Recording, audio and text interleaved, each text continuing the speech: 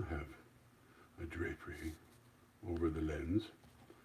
Oh, come now.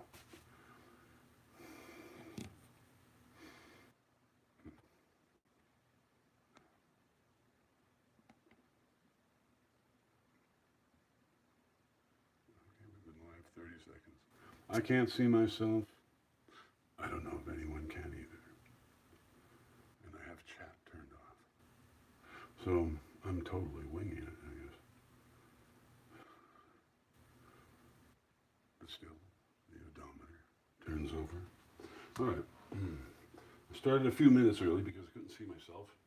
And despite AI and the efficiency, algorithms, and everyone showing up to work on time, I lack the certain degree of faith in my own technology, at least as I own it, or rent it, or hold it. And I still can't see myself. And so that bothers me. Why wouldn't it? I could see myself a minute ago.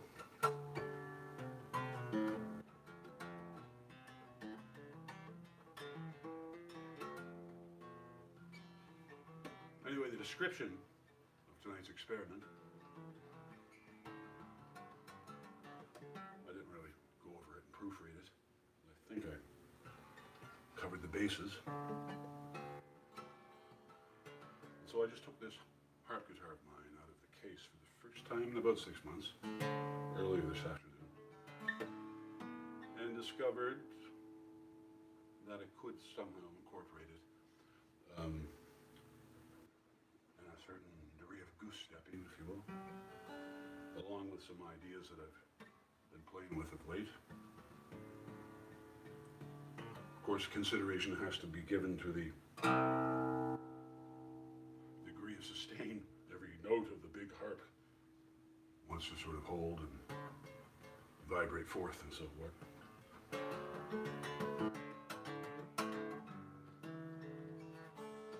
So I have to budget to allow more sonic space so things don't step on one another.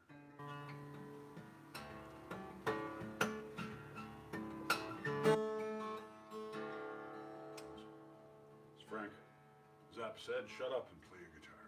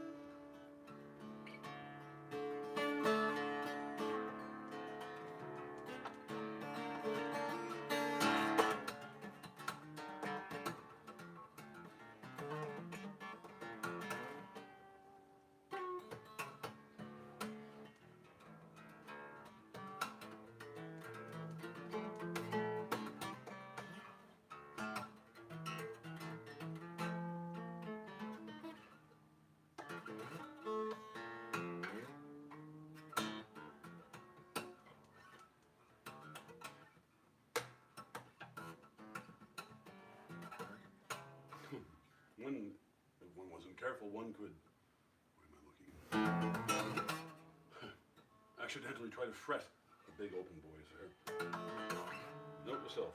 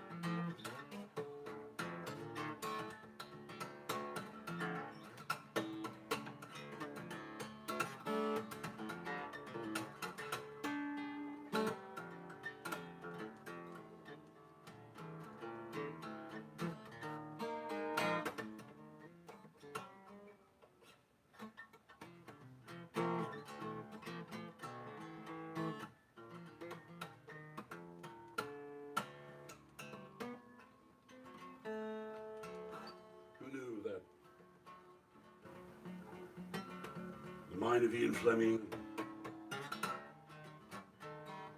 various composers, all teamed up and saddled and joined with the task of team sport during the Cold War. Bring us all to this.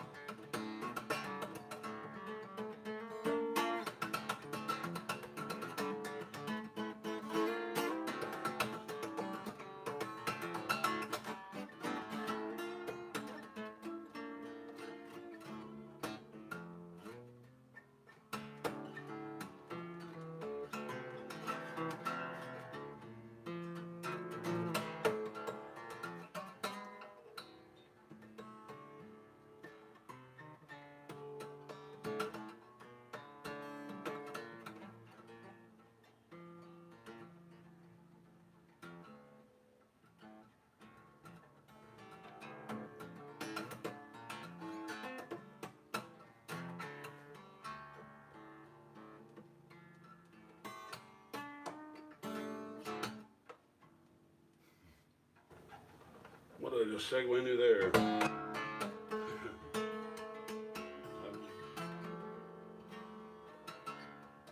go wherever it takes me, I guess. Wherever we want to take it. And hopefully, fingers crossed, it'll sound a little coherent. Or at least the intention. What we're going for.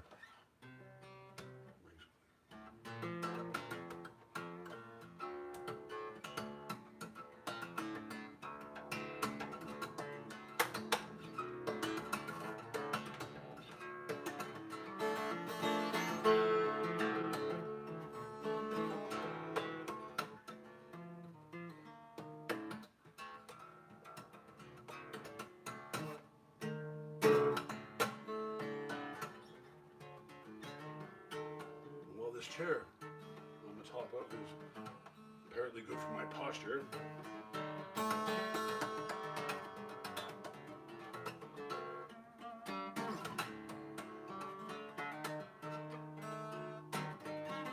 Thanks so bloody much.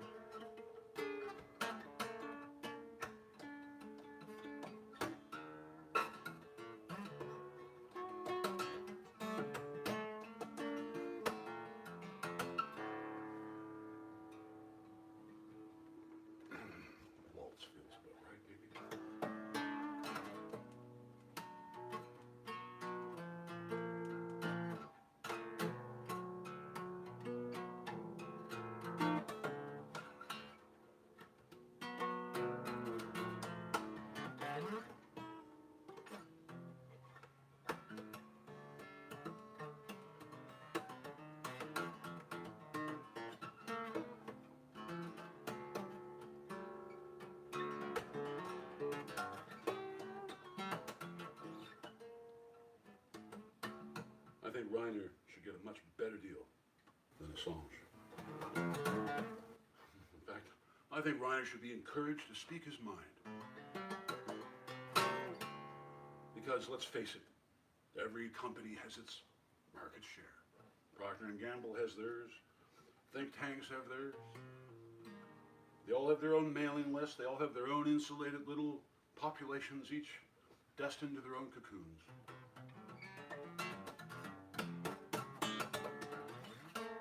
And even though good ideas and good information has to be, by definition, infectious,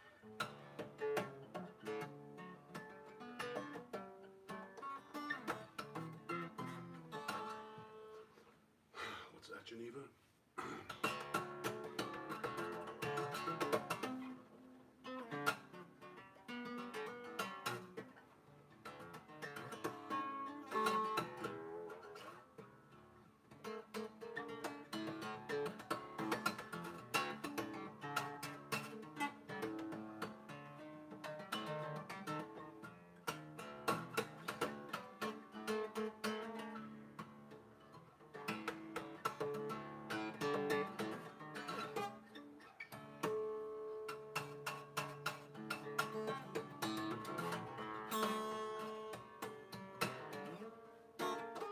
Well, let me go big or go home. Let's imagine this. Right now, in about 5 minutes from this very moment, someone's going to make a phone call. Someone else is going to answer that phone call.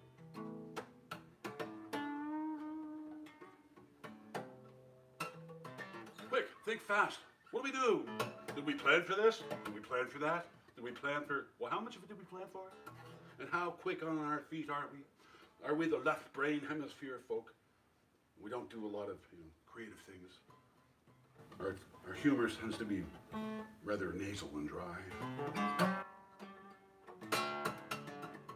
So improvisation is not necessarily the strong suit of our learned little material reductionists. The little pill boxes, each one marked with a letter for the corresponding day.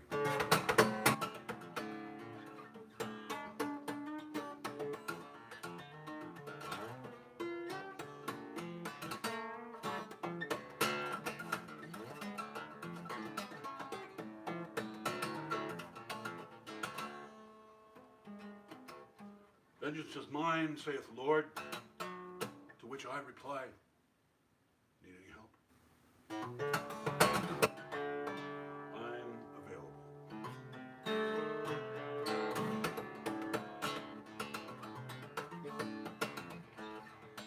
Are you?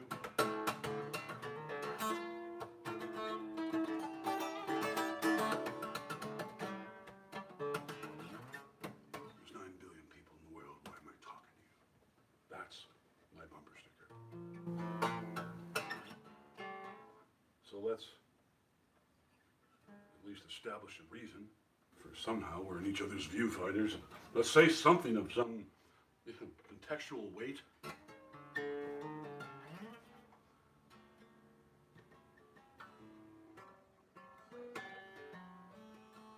Maybe even entertain a guilty pleasure of something you're almost thinking.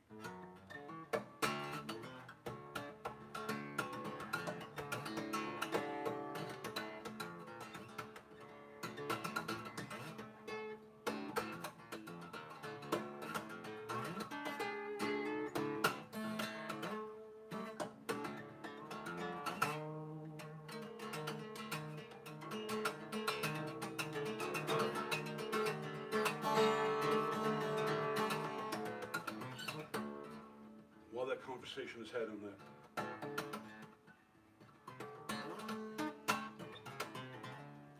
you come up with something that makes the most sense.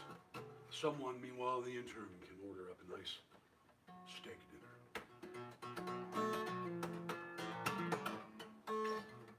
Maybe with a bottle of wine. And maybe, like, let his wife in, if he has one. I don't know if he does.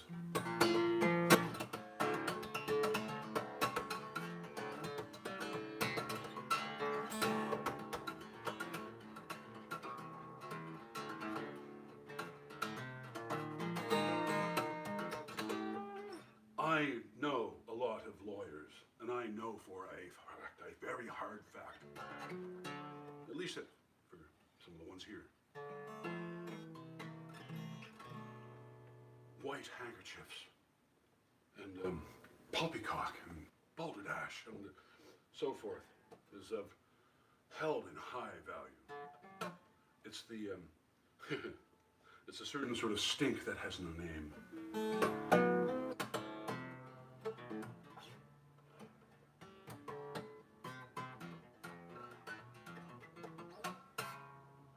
But the only lawyer that I met, I think, in terms of, well, the younger ones, recent graduates, that are a bit naive and a bit idealistic.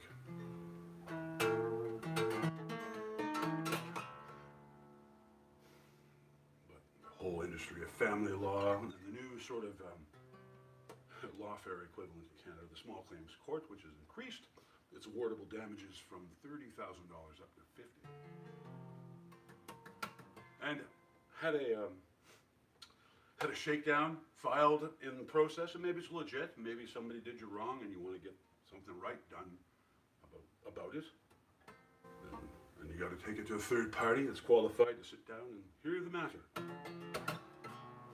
But it's increased from, but if you got a claim already filed, you can you can amend your pleadings to reflect the $50,000 ceiling of the new arrangement.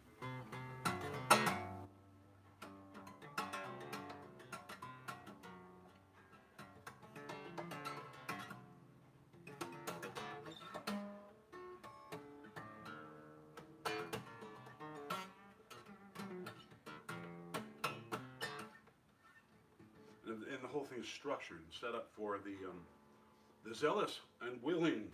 I want justice, I demand it. Okay, if you're owed it, well, the system's sort of set up for you to go and get it. Congratulations. But if you're not, the system's sort of set up for you to go and get it. And that's not right. Because that's that's an all-you-can-eat buffet for the unscrupulous.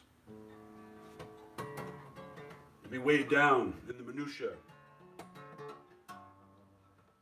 Black's Law Dictionary notwithstanding, most people just give up.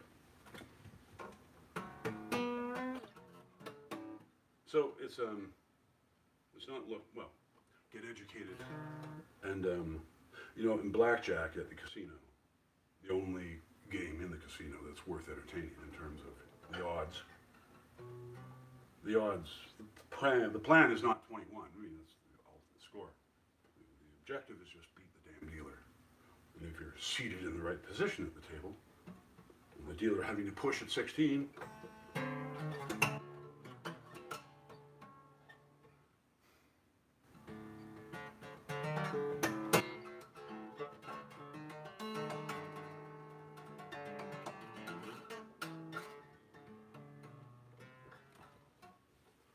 so, and now with the advent of AI and the lean, trim, efficient types of accounting, consolidation of various accounting firms under one, big umbrella organizations which presumably have a tight ship they run, and models.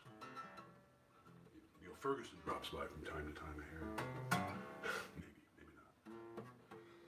Maybe not. But despite the obvious availability of that which could at least save a moment or two from everyone's day, they've gone and created a series of hoops and hurdles, like a relay race, if you will, for which the common man, the common person, it is incumbent upon them to create accounts within safety firewalled little environs within the various systems, to check in from time to time in case there's a notice in their inbox that might inform them that there's a reassessment done or something so forth. And failing to log in some sort of psychokinetic way, which maybe you should just do it out of habit, house cleaning in terms of whatnot to check up what they're doing, but give you these default little surprises. What? We informed you? Well, you didn't log in? Yeah, like your accountant that was always informed by your tax collection agency was part of the chain of custody in the whole food chain is no longer by law allowed to do that. And other certain amendments that were done by accountants, lawyers are looking at that going, man, that's cutting into our market. And so a set of arbitrary but self-serving, very much self-interested sets of new policies are being designed to get us jumping. And what's that? How high, mister? Higher. It's a jump, yeah. That's a fish.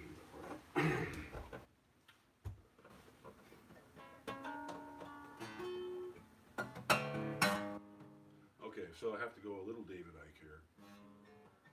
Not quite so far as to go full reptile people. But at least say something to which, you know, is something I've been musing about and tossing around back and forth between the hemispheres, as one does.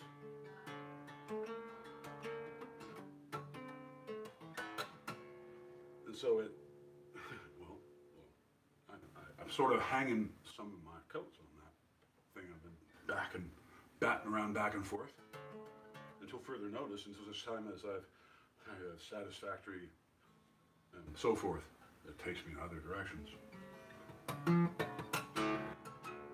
So, while I don't see lizard people, I'm of the view, without the benefit of Oxford, Stanford, Yale, physicists, some, you know, holding arms, string theory, the musical, and so forth. What people are working out at chalkboards in certain ways, I saw. I could be an attention whore and just throwing that out there because, doggone it, I hope you like me.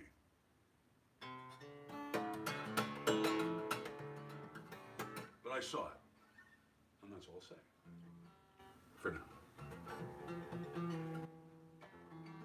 We all exist on a big thumb drive.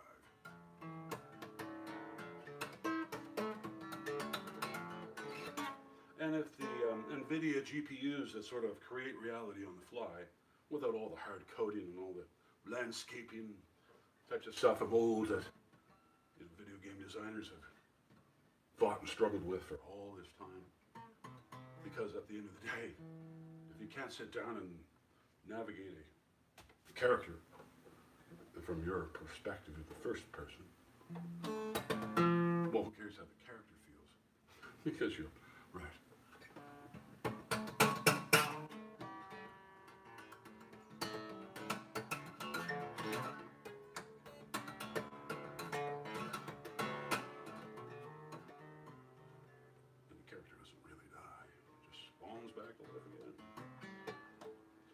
So all these GPUs creating reality on the fly, and really, it's going to rack up views.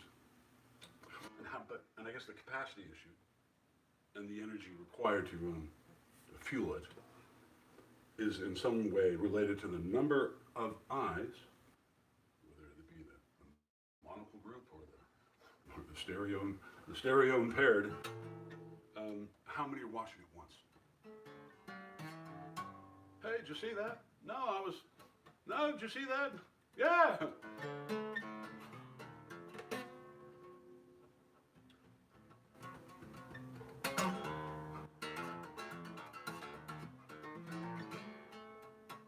If they do a really good job at it,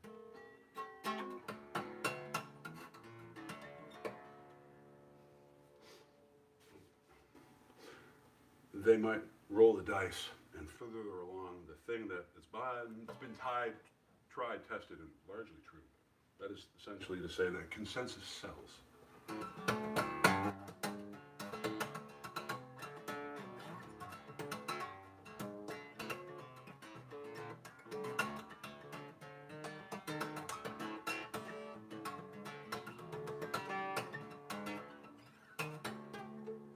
By the way, copyright 2025, all rights reserved.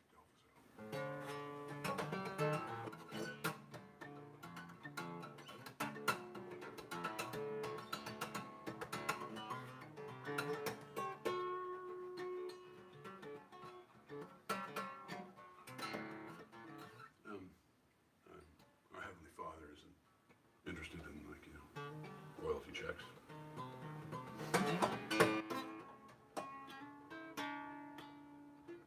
So in the event there's any cache,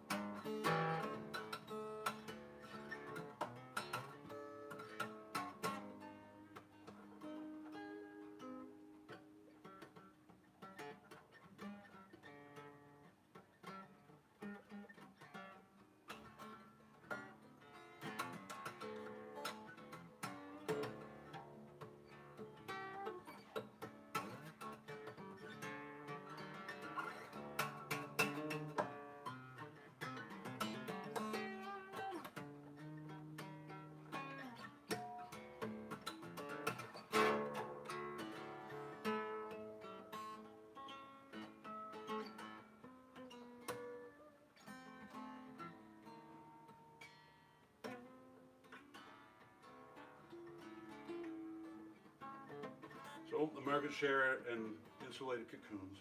I had a funny dream the other night, so 3-4 nights ago. It's black and white. I don't have black and white dreams. And it was so short, and such a clip, a little fragment. It was like a black and white situation. New York City, a big intersection anyway, but no whiteboards and national debt clock or anything like that. But an old-fashioned street light, like that might have been lit with kerosene or whatever back in the day, in which the alternating current would have come on to replace. But instead of like red light, green light, and whatever an orange light would be in black and white land, I don't know. It's a funny question. It just had two things, and it wasn't a color at all. It was written language. And between the two stated things that the sign displayed, one was stay calm, and the other one was panic.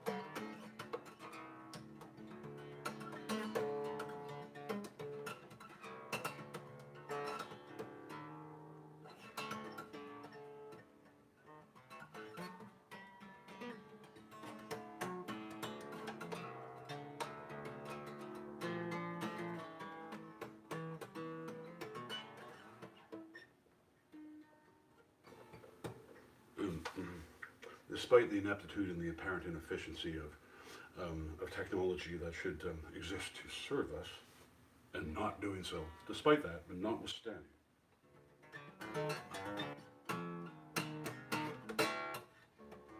For Reiner and anyone that is a prisoner of conscience, come on. What are you worried about?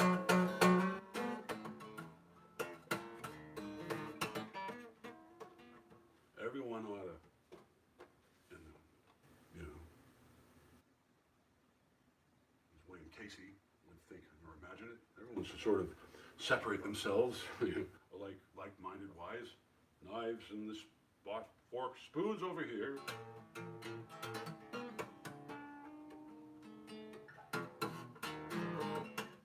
To be indexed and parsed. And I had the funny thought the other day, just earlier this week. And the thought continued, and I sort of, followed the bouncing ball, or at least held it, and thought it through.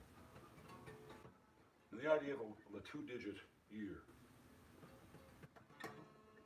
for the sake of memory, but for the sake of, the computer, whether it's coded outputs based on situations, having a shutdown, a meltdown, or some thing that resulted in direct confusion where planes would fall from the sky, and elevators would seize up, and people's sleep apnea machines would just... a two-digit year, so what do you have? You had DBase, you had Clipper, and you had all these various database languages, Oracle, and all this stuff. And you had this, industry stuff, for which, only special folks knew even about that one. But you had a bunch of diversity in how you collected and held information. And so much of it was simply held, for which, had firewalls and so forth that protecting it. But Y2K, the world's going to end. I have an idea. Let's uniformly streamline our databases. Yeah, give us a two-digit year nonsense. And we'll coordinate a mass investment, because those Silicon Valley kids, man, they sure are getting rich real fast. And my gold watch anyway, I'm not saying that. And lots of programmers got busy and were gainfully employed and for the whole crisis. But not a lot of them came out on CNN and other places and said, yeah, I work in Oracle and Perl, and yeah, I'm respected, and I go to all the conventions, and all my fellow friends, all our coders, once a year, Vegas, etc. And that all stays there, by the way. Those gophers were not coming out of their holes. Not the same way that, say, Brett Weinstein was.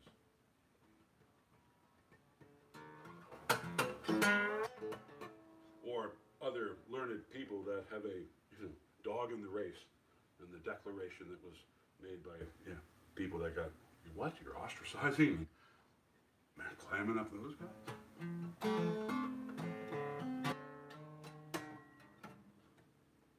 Not everyone dances to the tune, or not everyone considers the biggest philosophical question ever asked, who shot JR?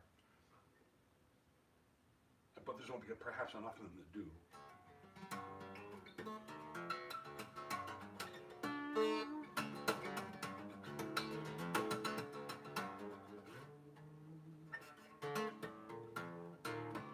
But market share and the way that's divided and parsed, the kingdom, class, and phylum, and how things appear if they're seen, and by those who see them, because they're available and they have the clearance to see them. However the laundry's hung up, and sorted and parsed and so forth.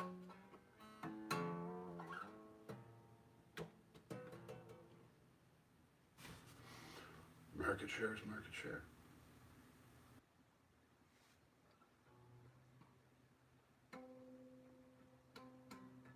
So how does timely information, how is it most likely to reach a large group of people, let's say, at a hockey stadium? What? Come on, Leafs, what happened? You playing around with that pyramid power stuff? Is that cursed you? Hijacked you ever since? Or was it just because the Habs are so much better than you ever were?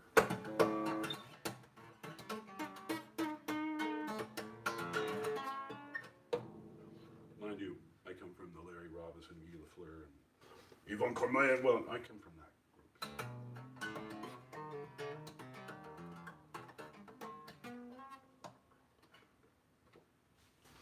How do you reach people that need to hear timely information without interrupting their game?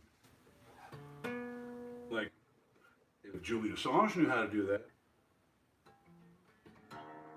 or if Reiner Fuller knew how to do that, you know.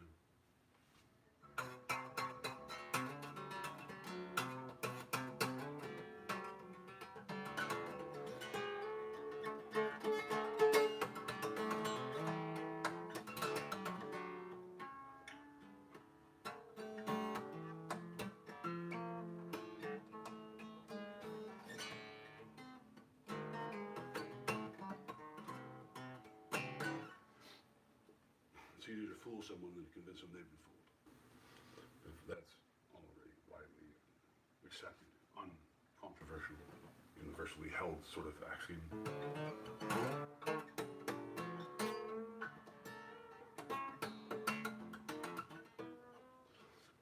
And if good versus evil, light versus dark, is a real thing, and I think it is,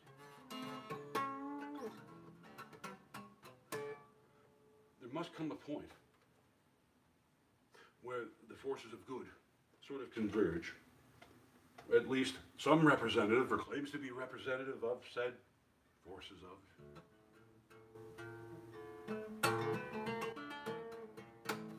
appears out of nowhere and says, well, come on, let's all have to sit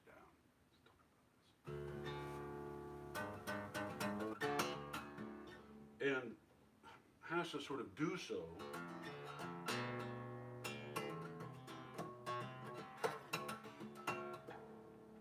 on the hunch.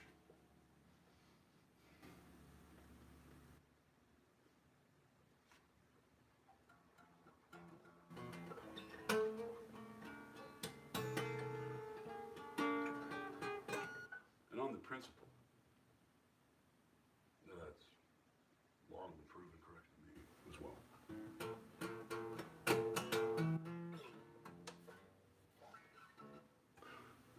Do your very best to avoid showing up with any hat in hand.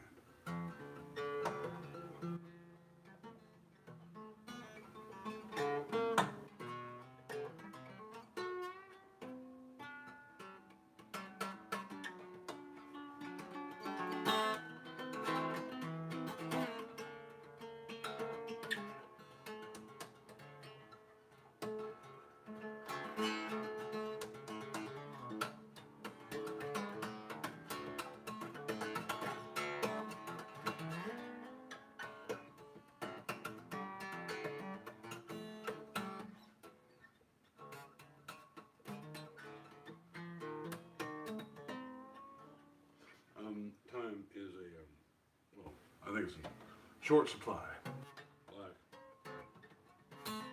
Like an airplane that's lost cabin pressure and it's on fire. And it's valuable, therefore.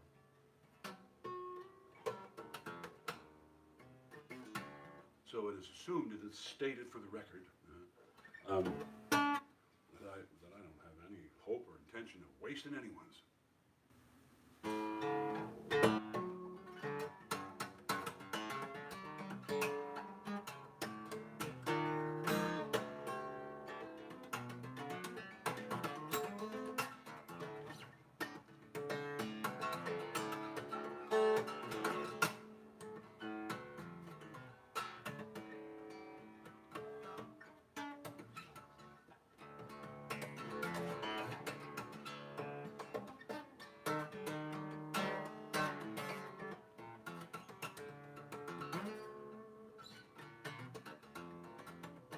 So I'm of the view that we're in a digital simulation. That I have no comment on reptiles. The cold-blooded behavior is clearly lots of that about. That's what I'm doing with that. I don't want to sell you anything. I don't want to buy anything from you. And there's 9 billion of us. Why are we chatting?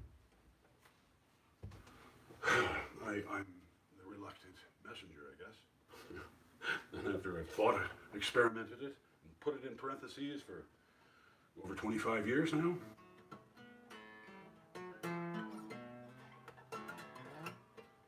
In terms of sequencing and events and so forth and whatnot, there's been some lengthy training.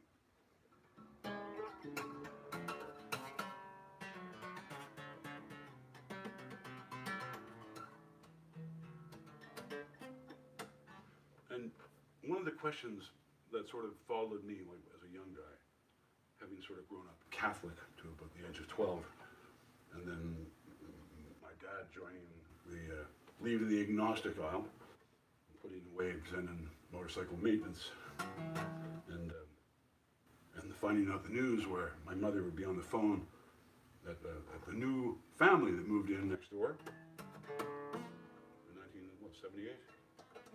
They were from America, and there was, I think there was 8 of them. Well, at the end of the day, there was 8 of them. I don't think. Anyway, made new friends, and I'm up. And it's a Saturday, my mother's on the phone. Dell, your mother's on the phone. Saturday, sunny. Okay. Hope she doesn't want any help with housework. Dell, come home. I have a big surprise for you.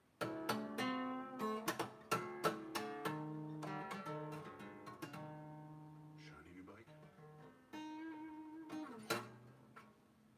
I got out of school early that year to join my dad on the HMCS Marguerite, a destroyer. And my dad was sort of involved with the radar, Doppler radar systems on the Sea King helicopters. And though he was technically Air Force, he joined the Navy, I guess. And I got a chance to join him for 6 weeks. Got out of school early, grade 5. So even though the school year was fine, and Mrs. Blakeney was a lovely old bird, and we liked each other fine, and I got out of class early to shoot guns and beat my dad and a bet that I wouldn't get seasick. And later on back home in Nova Scotia, I get a phone call, I got a surprise, come home, I get home and find out your dad is coming to church with us tomorrow. And my heart sank to the lower regions of me belly, because I had envisioned and had imagined and dreamed of avoiding Mass every Sunday. By that time, I'm an older boy, so too is my younger brother.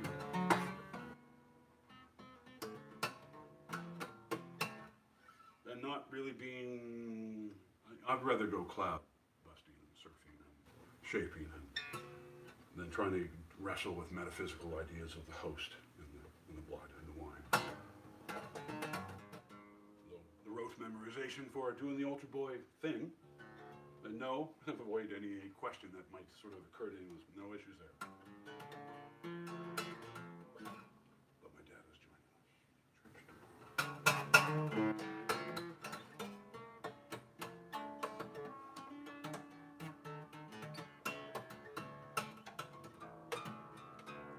Why am I going into all that? Because somewhere between my dad lasting about a year in Catholicism and cusp of the 1980s and the sky blue Monarch with the spiked hubcaps and all that sort of plaid suit, brown suit, 80s bling, MTV. Their first song was Video Killed the Radio Star. Trevor Horn and the Bugles, I think. Trevor Horn. Well done, sir. But Captain Beefheart was a film. I had filmed the first video that was eligible and ready in the can. It was far from B-roll. Ice Cream for Crow. Sat and was reviewed, and apparently and extensively reviewed and considered for the debut video for the flagship launch of. And instead, we got Video Killed the Radio Star. And fine. Hell, high five. But please, for this, do me one favor. Go watch Ice Cream for Crow, the Captain Beefheart. And check out any time he appeared on Letterman.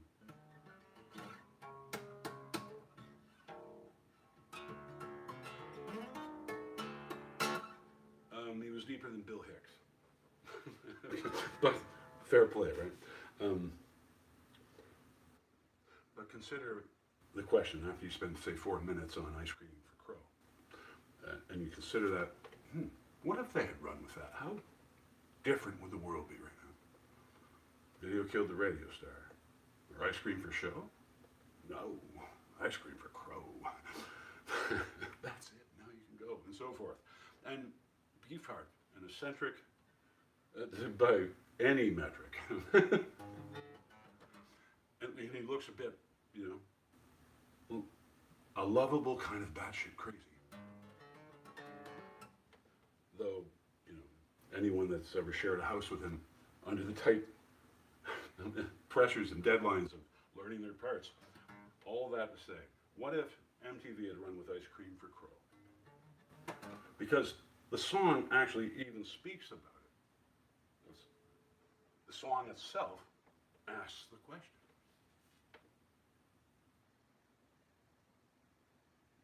It's like, I've never seen anything quite so prescient to the point where basically it's like an applicant applying for a job, and showing up for the interview, and knowing so well, not just limited to what skills does he have, but what is actually really needed. The sounding gun goes off. And I'm just pointing out and asking the question in the hopes that the question is asked. Because the song is a great song. And the song really wants the job. The song does say that it is probably a better choice than Video Killed the Radio Star. Everyone knew Video would, right?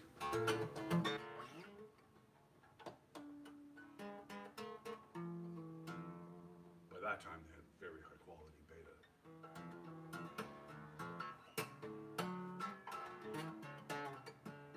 And every newscast and every on location, anything like that dealt with all that was all beta.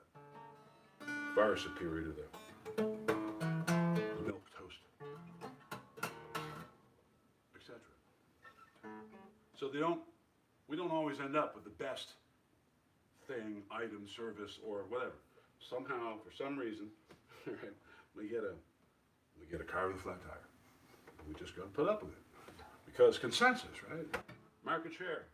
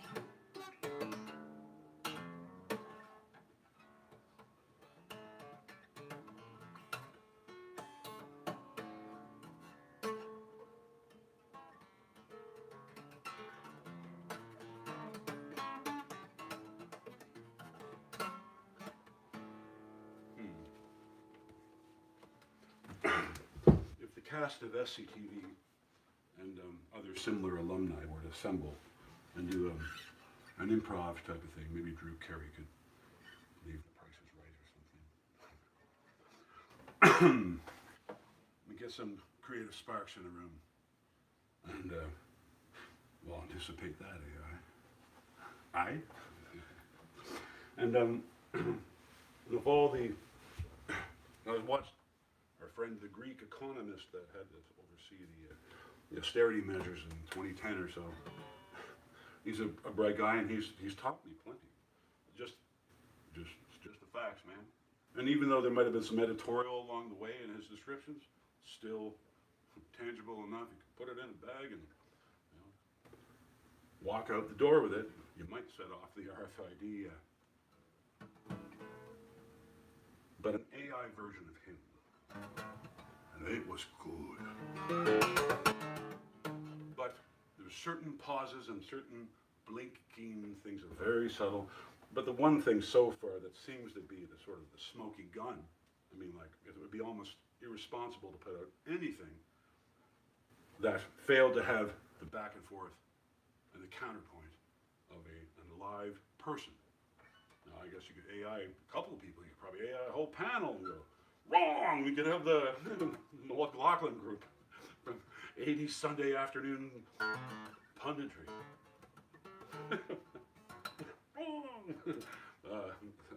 G. Gordon Liddy and William F. Buckley Jr. and the old gang. The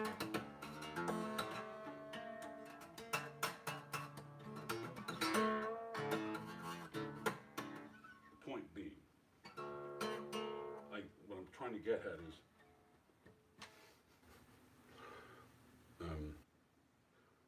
the evil dark side of the aisle, as I understand it, as I have sort of, I mean, I never got so intimately sort of, in the room with it for any period of time. And even though they're quite capable of going to all ends and efforts, they wouldn't do that. Oh, yes, they would. Yeah, right. Yeah. Because we're talking, a group of people that have said, they've asked this quick philosophical question raised by Sam Kinison years ago. If you know you're not going to heaven, why miss it by 2 inches? A fair question indeed for anyone that is wrestling in the push and the pull and the wrestling with the ideas of the monotheistic or whatever type of Godhead creation story and so forth. And so for anyone that is putting their thumb out in the highway and hitchhiking along to get a ride in town, mister, yeah, sure, I'll be fine, thanks. Anyone that's adopted a worldview based on culture and so forth, and that signed up for that degree of consensus.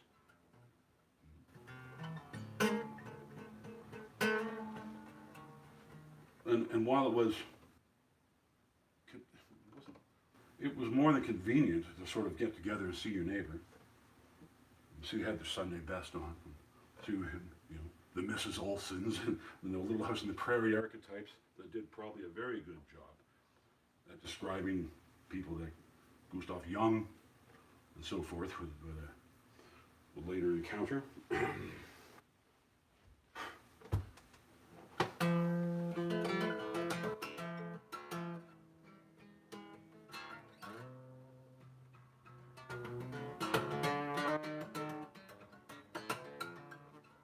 Non-billion people in the world.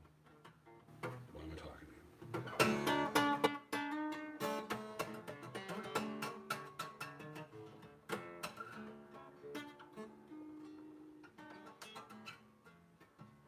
And funny enough, just like Captain Beefheart, having the right song for the moment.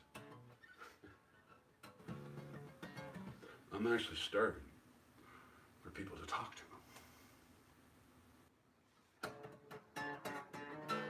So that isn't really a hat in my hand, just so much as to say that I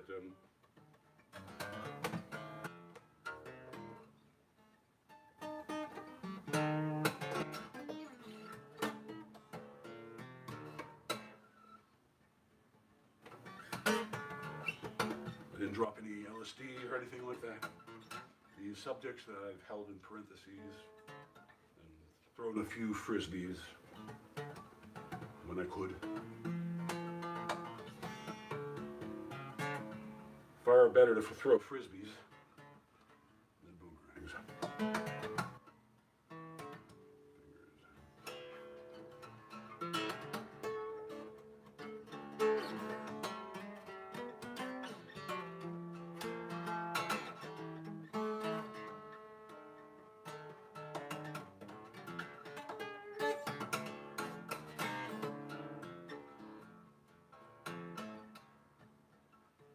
So 42, and Douglas Adams. A lot of fun. And the follow-up, sort of little, very clever, whoever came up with that, idea that he's at his little house in some little English field. Clack it away. Maybe I'm a character created by him right now.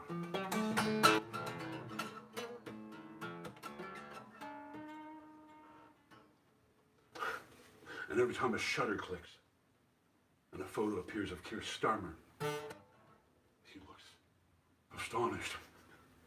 Like someone just, hey, Kears, what's 7 plus 4? Quick! I'm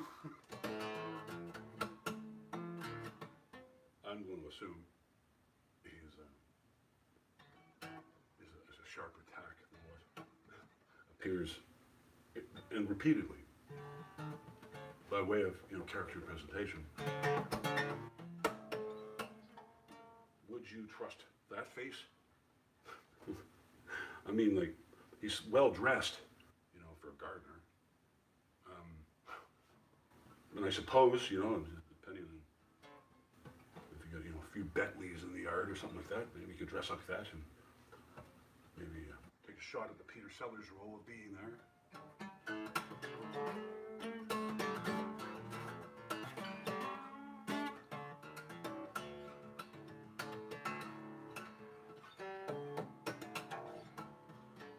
I don't think they're doing you justice there, Kears. I think they're a bunch of tabloid hounds.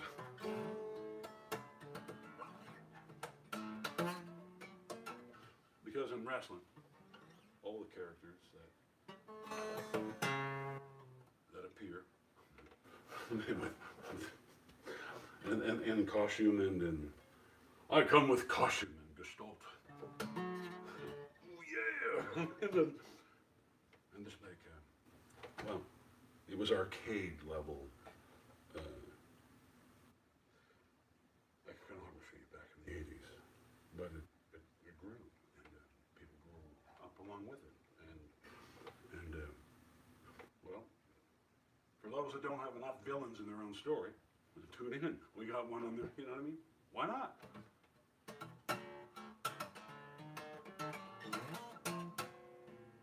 Because it keeps people employed, right? They got to hire writers for that stuff. Right, Jacob?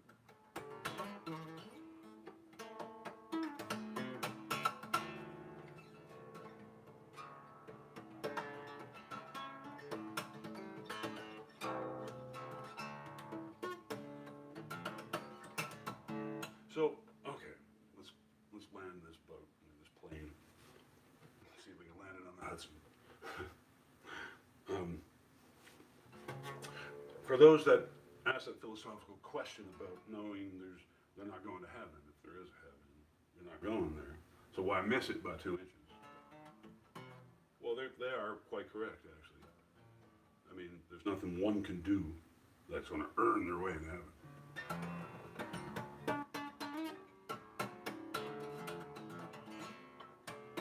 It's, if you think of heaven as a radio station that has a frequency, and it's a frequency that you might put a little effort in to fine tune,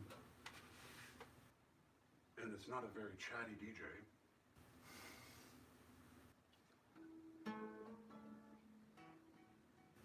And as Thomas Jefferson, I think, once quoted, it's not picking anyone's pocket or stealing their watch, in so much as to say there are some in that world that would, they'd take that and more. But the frequency, or the band range for which the topic, the reel, or the decoy, or whatever, might inhabit, requires an effort on the part of anyone that wants to listen in. Because there's only so much Twisted Sister one can stand, or schmaltzy sort of mall music on the CBC, NPR style. Not that there's not art there, but it's like a controlled sort of easy listening, the soundtrack that, sometimes the cows and the pork and the other animals might listen to on their way to the processed. But for those that know they're not going to heaven and therefore aren't going to miss it by 2 inches,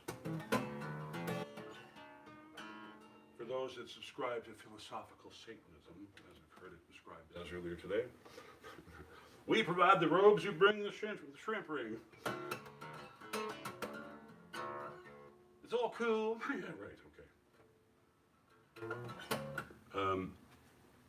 It's easy to fool someone and convince them they've been fooled. There's a lot of people, based on as the walls close in these days, you go fish, cut bait. There's certain things that you have to consider and do not want to, but tough.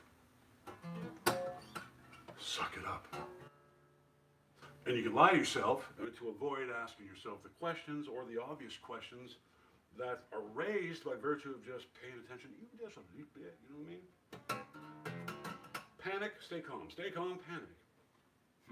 Cool heads, may they prevail.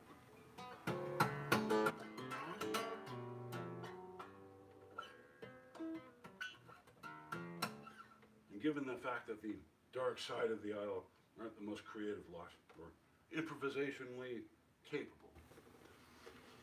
And even though an irritant like Reiner, Julian, Ray McGovern, later Scott Ritter, everybody likes Scott, and all of a sudden, man, what happened to you, Scott? And I think we all owe it at least to whatever idea we're expressing.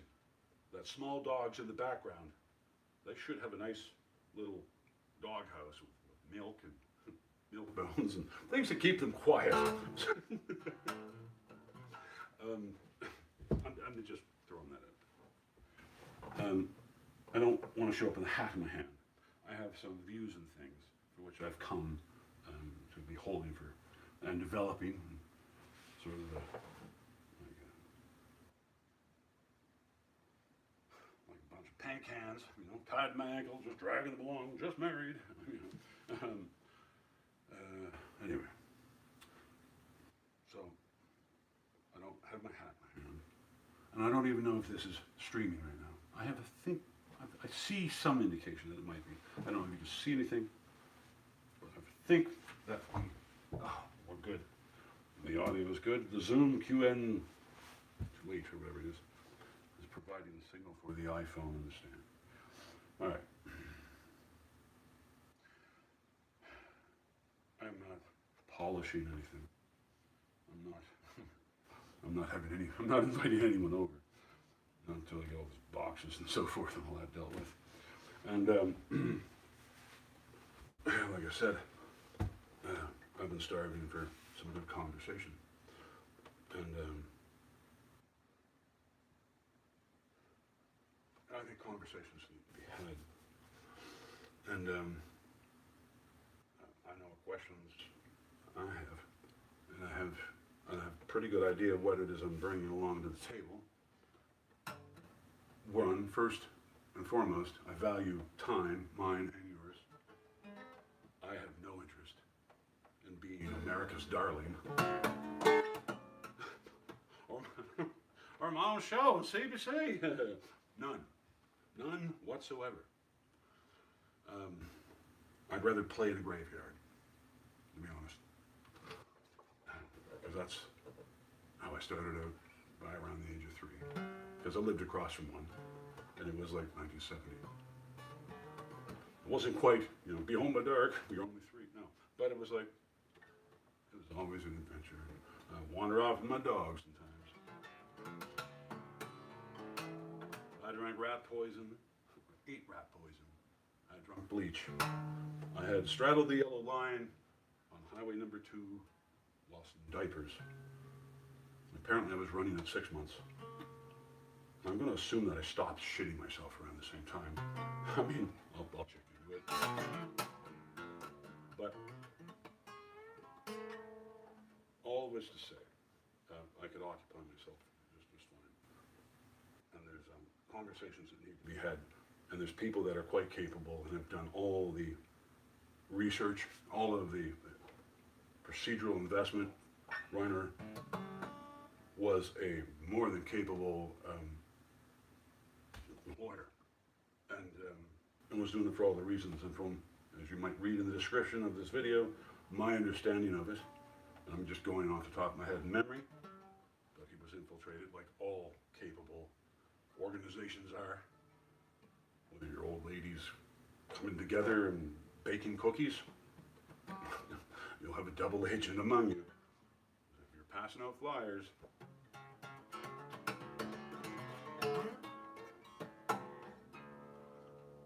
and so my understanding of the situation there, that a couple of them, I think two, had gotten infiltrated his ad hoc, on the spot. What do we do?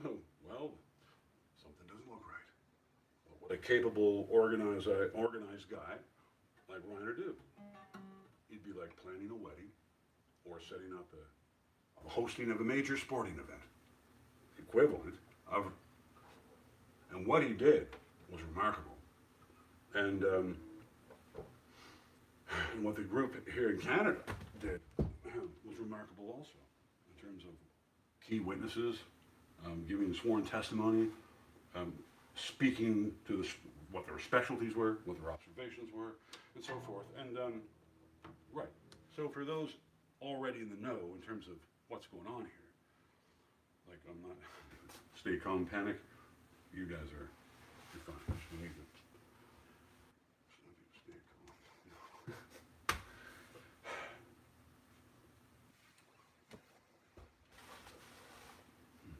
So I don't know if that's part of the cards, if it's part of the Illuminati card game, if there's some character that shows up and says, well, I think we ought to sit down and have a chat.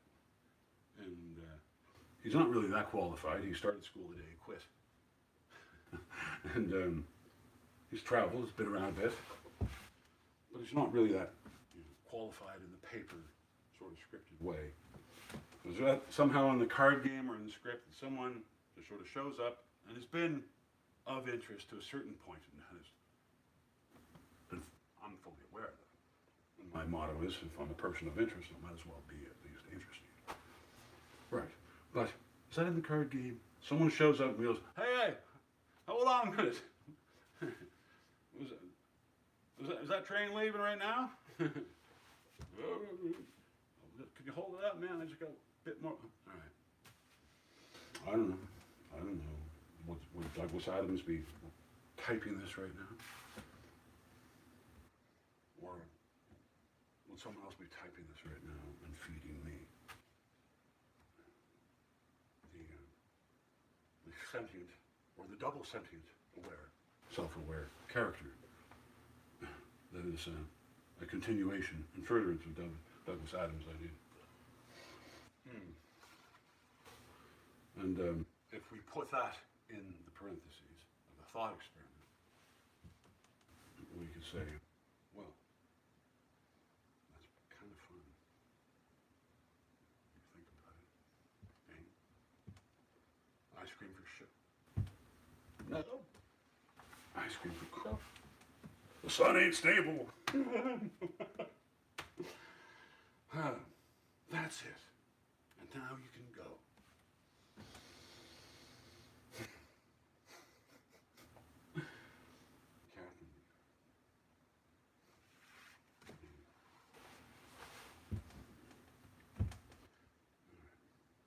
So I don't know what there's no schedule of this. I mean, just snap to it and do this in 10 seconds and put at least an hour of planning into it, I think. And more or less, we were switch guitars, I guess. And maybe hang around a bit longer. Maybe if anyone wants it, you can also. As I said in the description, I think I said it. The idea of uploading a big file at these upload rates. Are you kidding me? Better to stream it live and if necessary, make it private or cut it into pieces like wedges.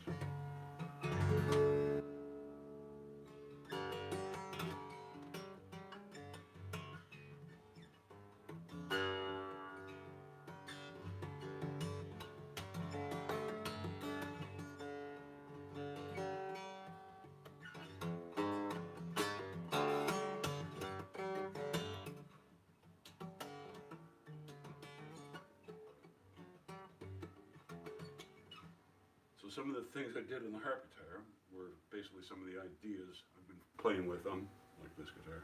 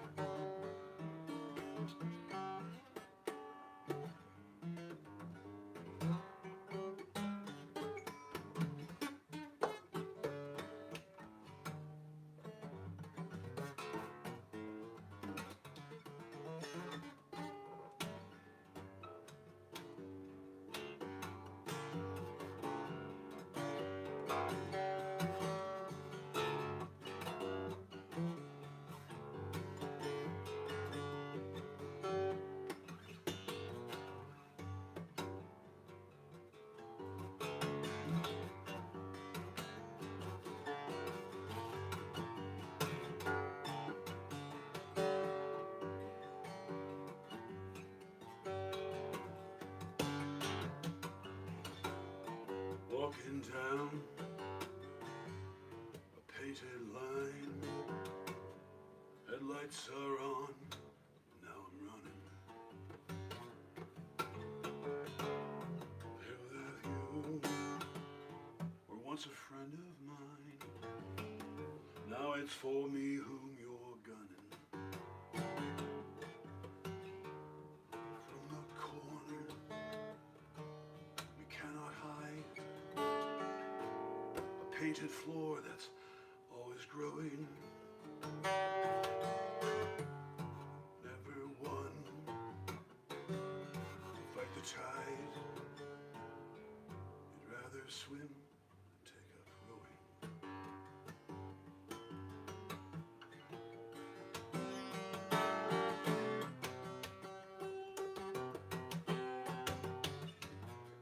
Standing up here on this ledge, blue skies for miles meets the razor's edge. Maybe you'd like to see me fly. Well, baby, take the beam up, take the beam up from your eye. Yeah.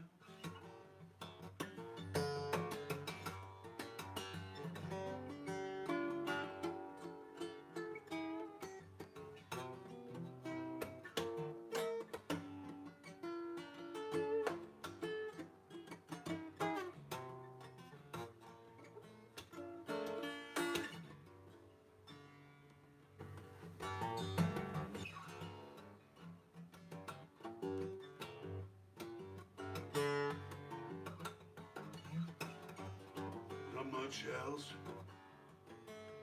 is left to say. I'm black, you're white, and there's handcuffs in the way. Just know this, I knew who you were. I couldn't cross the street to save you. Up in the corner, you cannot hide.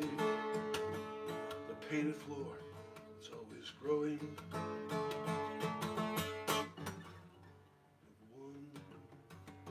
To fight the tide, you'd rather swim, than take up rowing.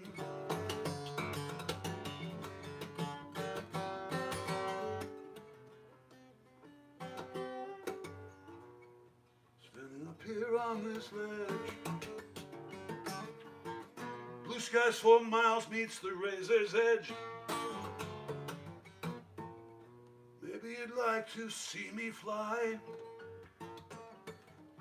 Well, baby, take the beam up from your eye.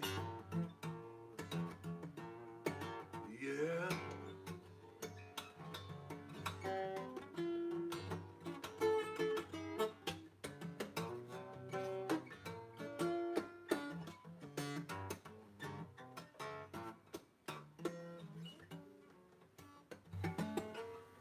Even if it's surgically removed many years later, I guess that was something. Hope you're well.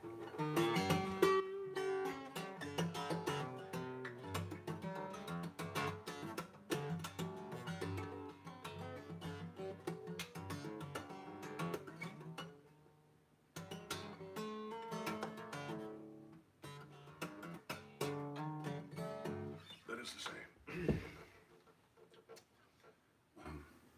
keep your wheels on the road. Stay the course. You'll get through it. I wish you well. And we're all going to get turned inside out in a way that's going to be like, I don't think it'll be quite as graphic as Lady Gaga's meat dress. But I wonder perhaps if that was largely the point. Or maybe she was like getting her Grammy or something. She's like saying herself, man, I can't wait to get out of this damn meat dress. It could have been as smooth and as surface as that, or maybe a little deeper. But yeah, there's Leonard Cohen, and everybody knows that the boat is leaking. Everybody knows the captain lied. Everybody got this sinking feeling like their father or their dog just died. Everybody knows the deal is rotten. Old Black Joe still picking cotton, with ribbons and bows, and the bed, the meter, that will disclose what everybody knows.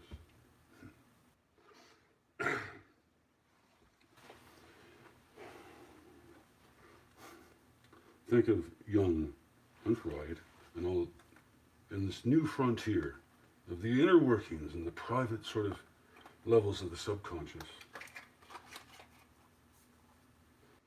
And I mean, I'm imagining that periods of history, there were certain groups of people that were quite aware how deep questions ran and so forth. I mean, there was no flat screen TVs. People were hard pressed to amuse themselves. So what did they have other than deep questions? Or at least as deep as they were capable, I guess, of asking or overhearing being asked.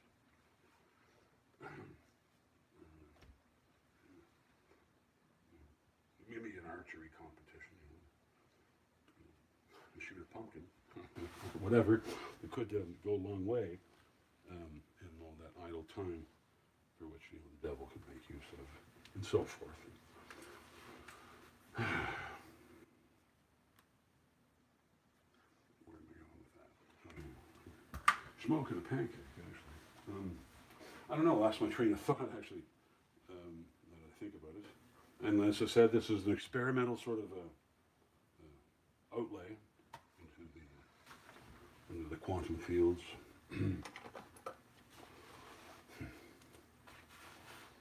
Right. I mentioned gophers, like Brett Weinstein, and so forth. And during the mass hypnosis game, the big psyop, those, any pattern seeker paying attention would have spotted all those guys early on. And, the two groups of people that apparently were the most vaccine adverse or resistant, the black community in the US and PhDs. What does it tell you? They both know that the boat's leaking on the captain line. Some have earned that knowledge by way of deception and betrayal. Others have learned that knowledge by way of how to get ahead. So think about this along with, what would the world be like if Ice Cream for Crow debuted instead of the other.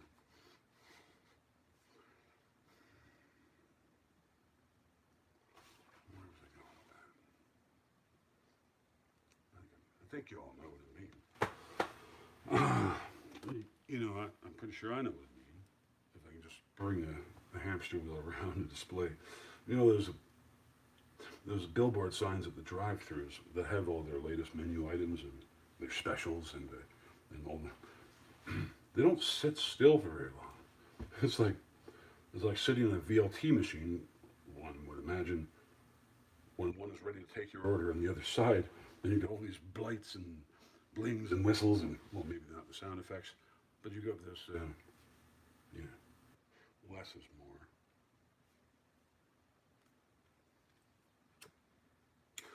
And so, that just makes marketing sense and an observation for which I'm offering free of charge. More is more effective and giving this illusion of choice and sort of crunching people's range and windows for making decisions as to what they might want in their burger. For example, there's a hot side and a cold side. They want to, and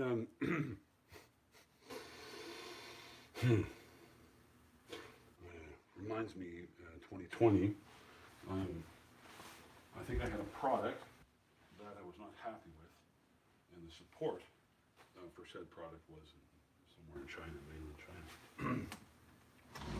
But it was sort of like an application of the product, so it was, it was connected to the networks of applications and so forth and all that. And instead of having human interaction and with maybe some pleasantly comical, perhaps English, and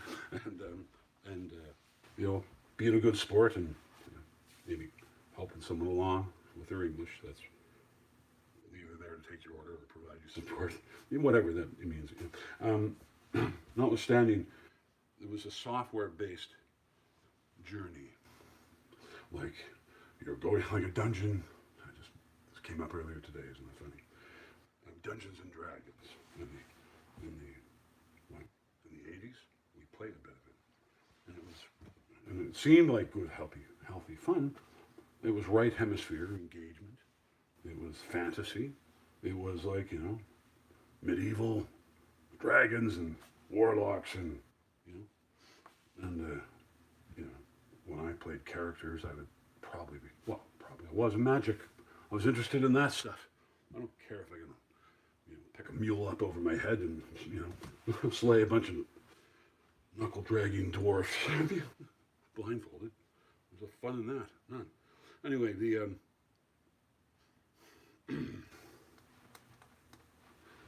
routine for the support of this product was like a dungeon map, and it led you by the nose or by your self-interest in seeing resolution to the problem. And in the pursuit of some, I've said, you find yourself in this weird odyssey, for which the shape of the room you enter, it's almost got volume and lengths and dimensions in terms of the way it feels, very artificial. And before you know it, you get to this dead-end hallway, but it's taking 25 minutes to get there. And you realize, you've been yanking that chain for 25 minutes, and here I am in this damn corn maze. Right? It's like, there's a chicken all by itself, right? But there's no pot. Well, just lost a chicken recently, Gladys. A wolf or a coyote got her just about a week ago. And she was the last red sexling. And so now I've got meatheads for wing night, but I'm delaying their wing night so I can get some laying out of them. And they're a comical group of girls. Like they all look like they're weightlifters at Atlas Gym, right? Because it's wing night at some point. And but they ovulate. Some people don't realize that. So why not get 2 years worth of eggs, and we can all celebrate together with wings? All right, sounds good to me. Anyway, they're comical when they get running because of the mass they hold. And if you overfeed them, they can die of heart attacks and heat exhaustion, depending on the climate and all that. We got some good old husky wintering birds, shit kickers that take no shit from anyone. Funny enough.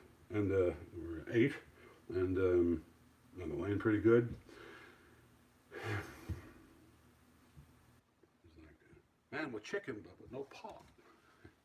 I said about the customer service experience of whatever product I was describing and the frustration. But time is valuable, and the articulation of that experience, I hope it's informative. You can add that to your polished rock collection or whatever. You want to categorize it in the kingdom class and phylum way.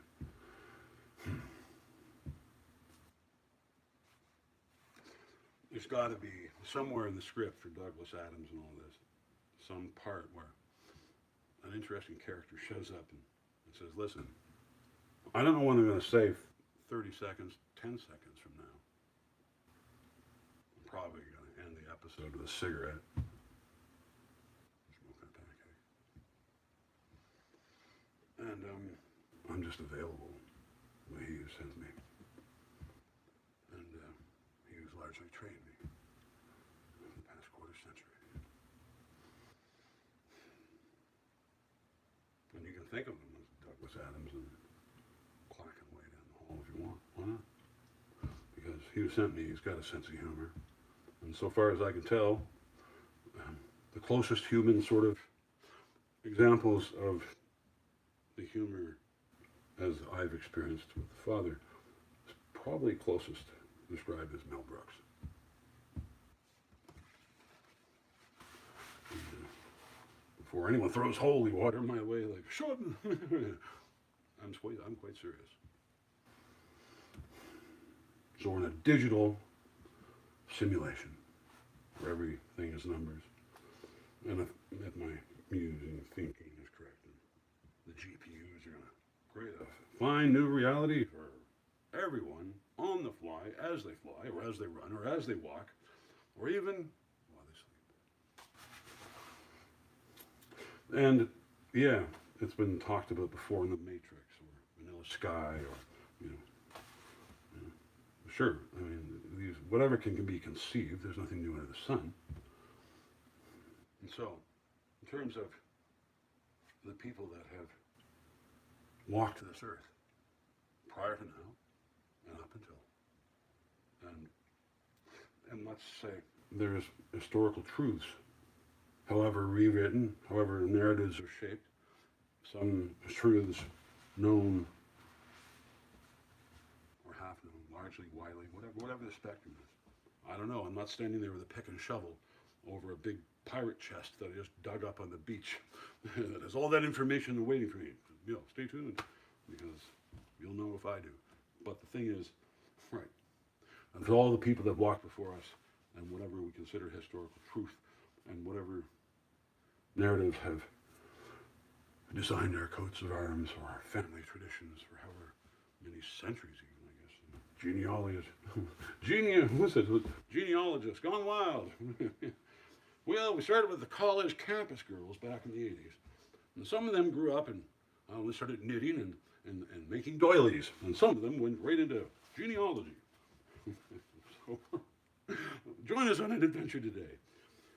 And for some of us, and I'm going to say largely, probably the majority, that are Heinz 57s, have limited understanding of the genetic information that runs in the room, so forth, and above and beyond, you know, heritage stuff, you know, Eastern European or whatever, that kind of stuff.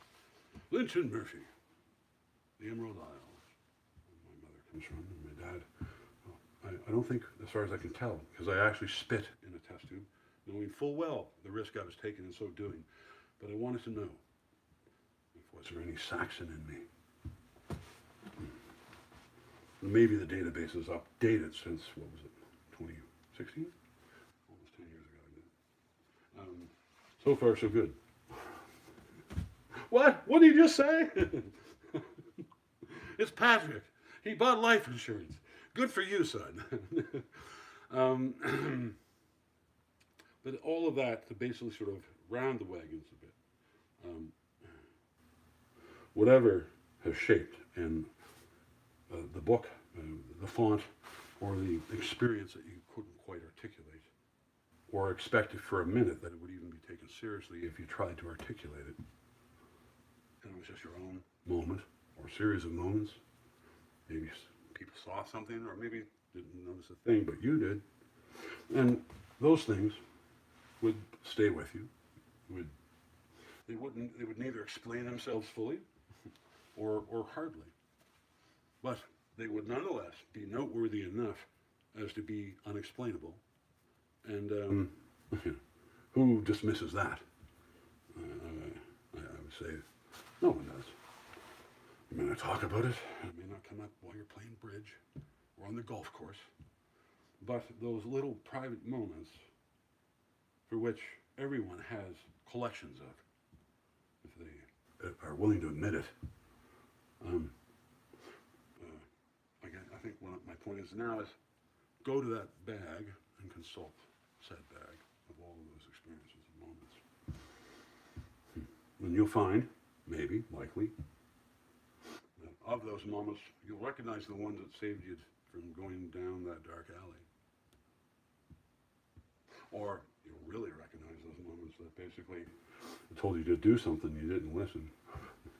All those will stand out real large.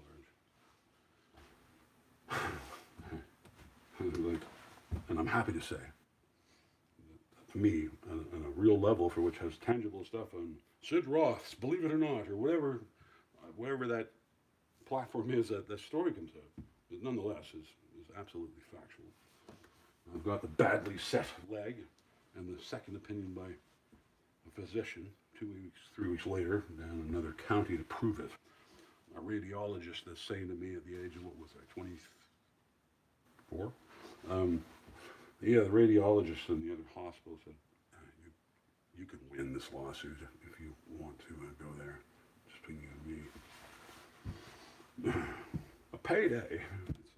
It's 1991. I had a, oops, my car. It was a Monte Carlo. It was wine colored. And it was cheap. It was across the road from me for $400. I knew the engine. I knew that. I knew real value when I saw it. I grew up seeing my dad fix cars. But I didn't consider for one moment, and maybe I was spoiled because I had a thing for old 240 series Volvos. But this car was a bloody cop magnet. I get pulled over all the time. Anyway, I drove myself to Peterborough, Ontario, got a second opinion on a situation, and then ended up being admitted and having a surgery done. Go into the bone, and it was not done right the first time. Anyway, all of which to say, I did something that day for which I was told not to do. It wasn't because it was a bad thing to do, wrong thing to do, or anything other than a thing to do, play golf. And play golf with 3 other gentlemen, so we're going doubles, I guess. And I've only taken up driving balls that very summer. And then they're like avid golf guys, and naturally competitive. We are. And so I'm looking forward to this game of golf. I've driven balls. I've never done the thing in the golf course. And I can shoot straight. I can't shoot that far, but I played at the minor hockey, In 72, finding myself on the skates because I feel Esposito, who doesn't have a French accent. But when we speak of hockey in this country, we have a fallback routine where it's healthy and just rightful to have a French-Canadian accent to describe that wonderful sport. So I could drive the ball straight. Fine. And I'm playing with guys I've been playing since they were kids, and we're all a little bit competitive, and we're all jolly, very friendly, outgoing, and so forth. And even though I can hit it straight every now and then, it's not. I didn't make it happen, but if I chip a ball a bit, right off the tee, and it's or in the fairway, and it's chasing. I think it was Jake. A couple of times chased the ball, and he's so comical, avoiding getting hit by a golf ball coming at him at a fast rate of acceleration. The physical comedy that he displayed in doing it, and I didn't do it intentionally, but damn, it was funny. Anyway, all of that to say, I went to the golf course and drove a bucket of balls early, prior to the tee time. And this was 1991, and cell phones were not a thing. They're late. I'm driving a bunch of balls. I'm like, where the hell are they? So by the time they're 20 minutes late, that's when I give it. I knew the old rotary dial phone number, and I go and call Tony, and he answers the phone, happy that I've waited all that, but made the call. Dell, we're playing at a different course. And I did not tell them I was going to the course I was at early, but I suppose I shouldn't have stopped them from showing up at the course we were scheduled to play. Shouldn't have stopped them from showing up on time. It wasn't that far away from, but that's neither here nor there. The phone call was made. We connected. I got the new address of the other golf course. Okay, fine. I can do that. Fine. I'll roll the punches. It's all good. I got to dribble a bucket of the balls, and I drive up to the new golf course. But as soon as I get out of the car, the 78 Monte Carlo, wine colored, a voice says to me, "You're not playing golf today. Don't play golf today." I'm like, I'm not like literally like, what? It's not that kind of conversation, but it's like a feeling. It is not ambiguous. Don't play golf today. But why? I've driven balls. This is my first golf game. I'm not joining the Republicans or anything, or whatever. But I've been looking forward to playing the game. And don't play golf today. I can't shake this feeling. Now I get there. We're playing doubles. Dave, Tony, and Jay. Dave, Tony being brothers.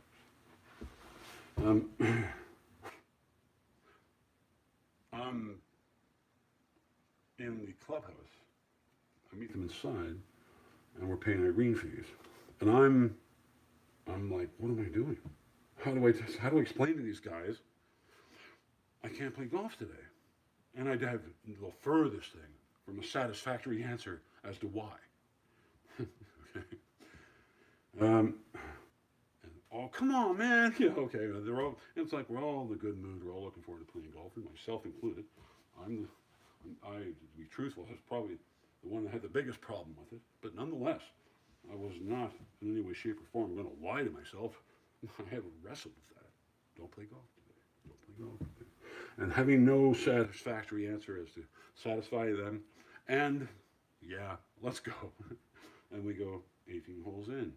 I think it's by 8th hole or 9th hole, or somewhere around there. Out in the fairway, I should say, my score for near 9 holes of golf with these guys who have been playing all their lives and all got a little bit of the competitive edge. My score is like on par with theirs. It's not bad. I'm like, now I'm getting this feeling. So like, okay, maybe I'm actually in this. And all right, so and I'm loosened up and I'm having fun, and so it's my sort of lonely sort of island, little spot in the fairway. 3 of us all in our own sort of separate little quadrants, wherever our balls, of course, having landed. And I'm going, staring straight down. I've got the posture down, and I think I'm taking my time. I'm doing all the controlled sort of biomechanical movements that anyone with a 48 or whatever chest out is. It's bigger now. I don't know. Guys with my physique aren't golf players or mountain climbers, apparently, and I think that's quite correct, and for good reason. But all of that to say, my awareness of my swing and the follow through and all that was in place. But maybe I was feeling a bit competitive, and maybe I thought I was in this thing.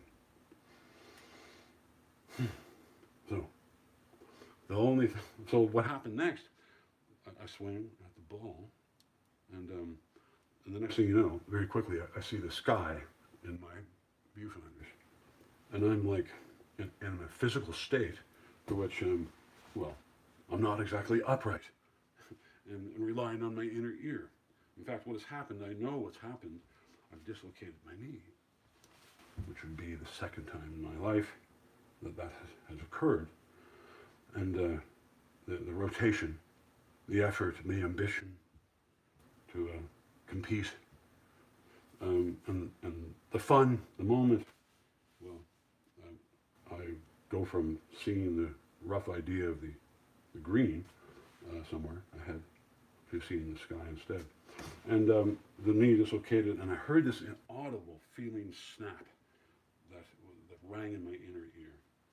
And when I got down onto the grass in the fairway, before I hit the grass, that was the knee. I'm like, oh no, not again. I screamed aloud. I knew what I was in for in that context.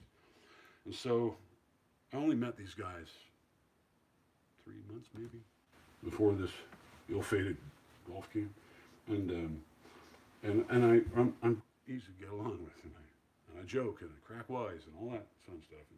And it's all good, great chemistry among us fellas. But they see suddenly some guy that's on the fairway, and he's doing a full. Is he doing a John McEnroe because he pooched up his shot or something? They didn't know. But one of the guys, Jake, paramedic, there's an ambulance, and while I'm clutching, and I should say, I'm cursing a blue streak. I'm in total furthest thing from bliss, and but I got my kneecap and rifled it into place. It wasn't literally sitting. It snapped out and back in again, I guess. I mean, I didn't have to work it that hard, but anyway, it was. I checked that, but I'm cursing a blue streak and pulling up hunks of fairway, and they're all in various sort of things. And at some point, they wander over to me. Obviously, something's wrong. Obviously. Anyway, I waited out a little bit. I wanted to play on, and like I can down with calling an ambulance. I know something's going to be done here, but I can't move my ankle. We hop over to the car, and I could wait in a hospital, or I could wait there for them to finish the game. At the end of the day, it doesn't much matter. It's just kitty corner to the hospital in Port Hope,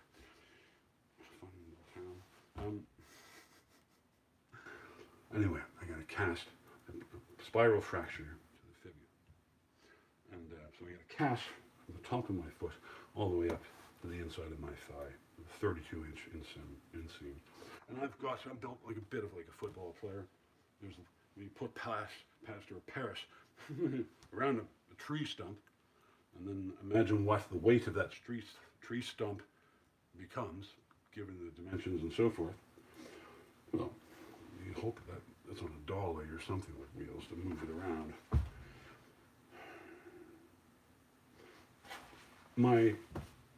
It wasn't intuition that told me not to play golf that day.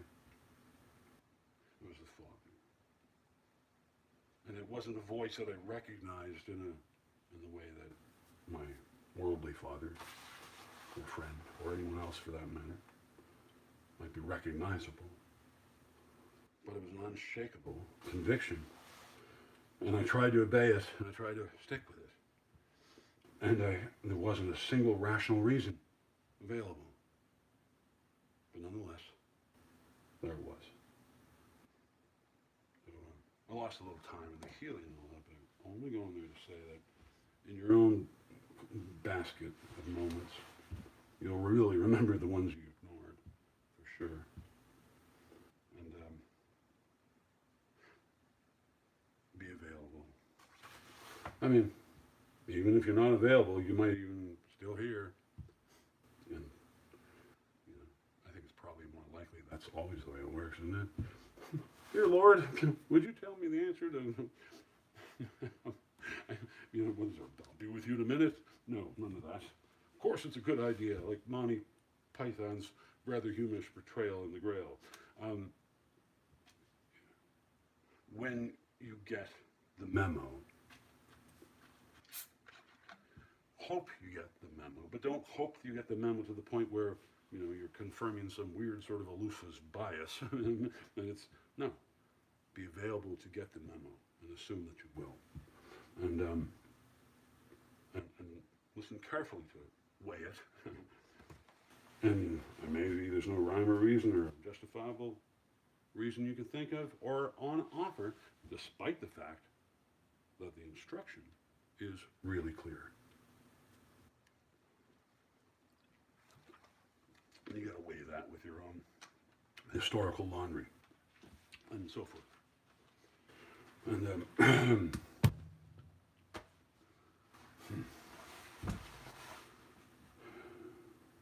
King James, 1611, Norman Rockwell, each having their own time and place in the historical timeline. They'll sort of come back to in a roundabout way. Whatever fashion or whatever was in fashion in each their day. Norman Rockwell, Andy Warhol, King James. 50-50, ask a stranger, call a friend. Who wants to be a millionaire? Point being, whatever was of the thing of their day and all that.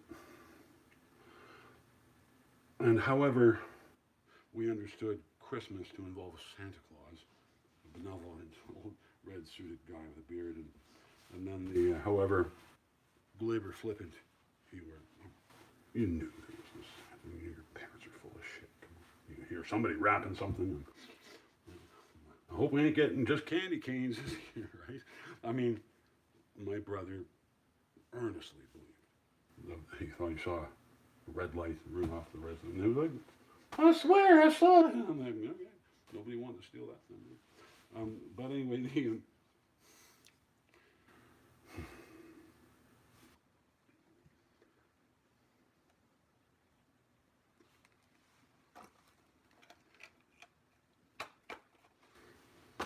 probably just as well.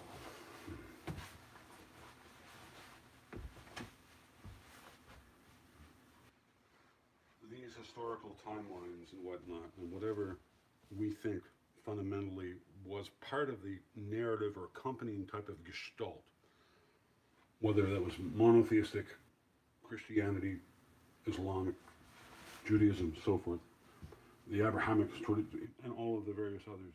Whatever informed and whatever was in fashion, culturally, technologically, whether or not disco was involved, maybe, Marshall McLuhan, much, I don't know. Whatever was part and parcel of the consensus-based social fabric of your formative years, where questions probably came up, questions of faith. Where are those folks going? Well, they go to a place called church. Really? Yeah. And so if you're a happy agnostic family with a lifelong subscription to Popular Mechanics and are firm believers in the NIST report, smoking the pancakes. Whatever informed your position on a subject for which you got to have something there. Doesn't have to be anything under the tree, but there could be a tree there because it is Christmas and it is a culturally widely accepted thing to do. And whatever you do or don't do, but in the recognition and the consensus sort of paradigms, and whatever happened to be chugga-lugga, chugga-lugga, chugga-lugga, chugga-lugga in motion at the time when you were considering, however shallow or however deeply, the question of the spiritual, the existential, how did we get here? And the creator versus the Darwinian sort of $20. Oh, I want a peanut. Evolution, all of that to say, played a part in whatever your position you arrived at. You've got to sort of look at the ice cream for show, or the ice cream for crow facet of the Gestalt-based paradigms that were part of your Saturday Night Fever or whatever, served as the murals.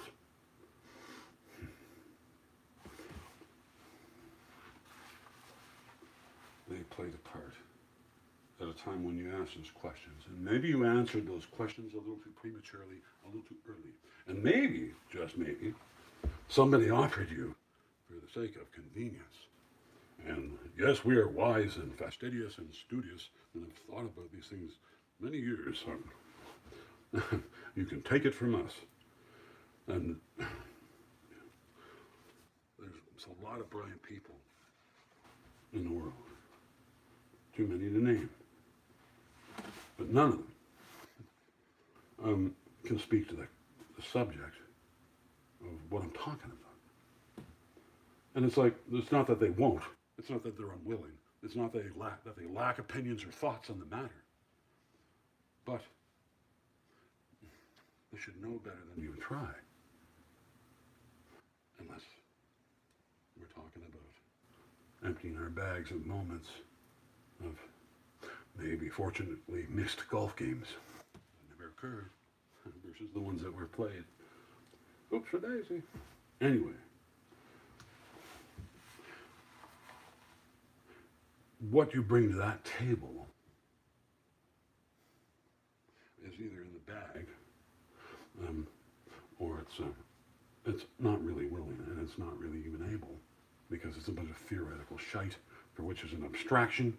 It might work in an equation, but it's not even anecdotal.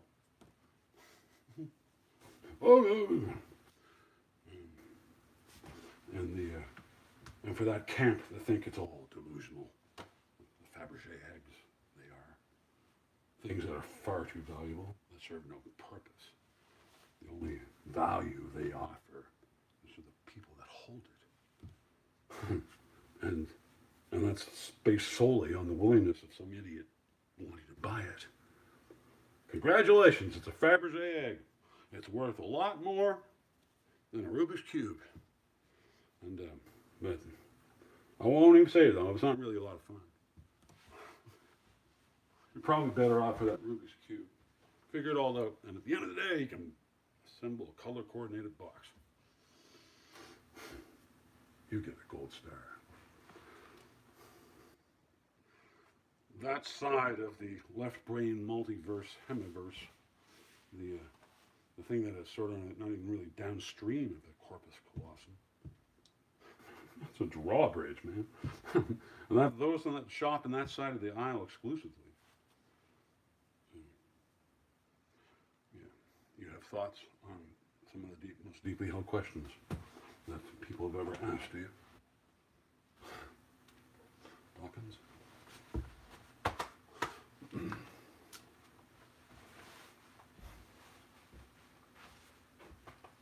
Walter? Nice to see you the other day, Fat Walter. And we both know that's not at home in him. All right. Till next time.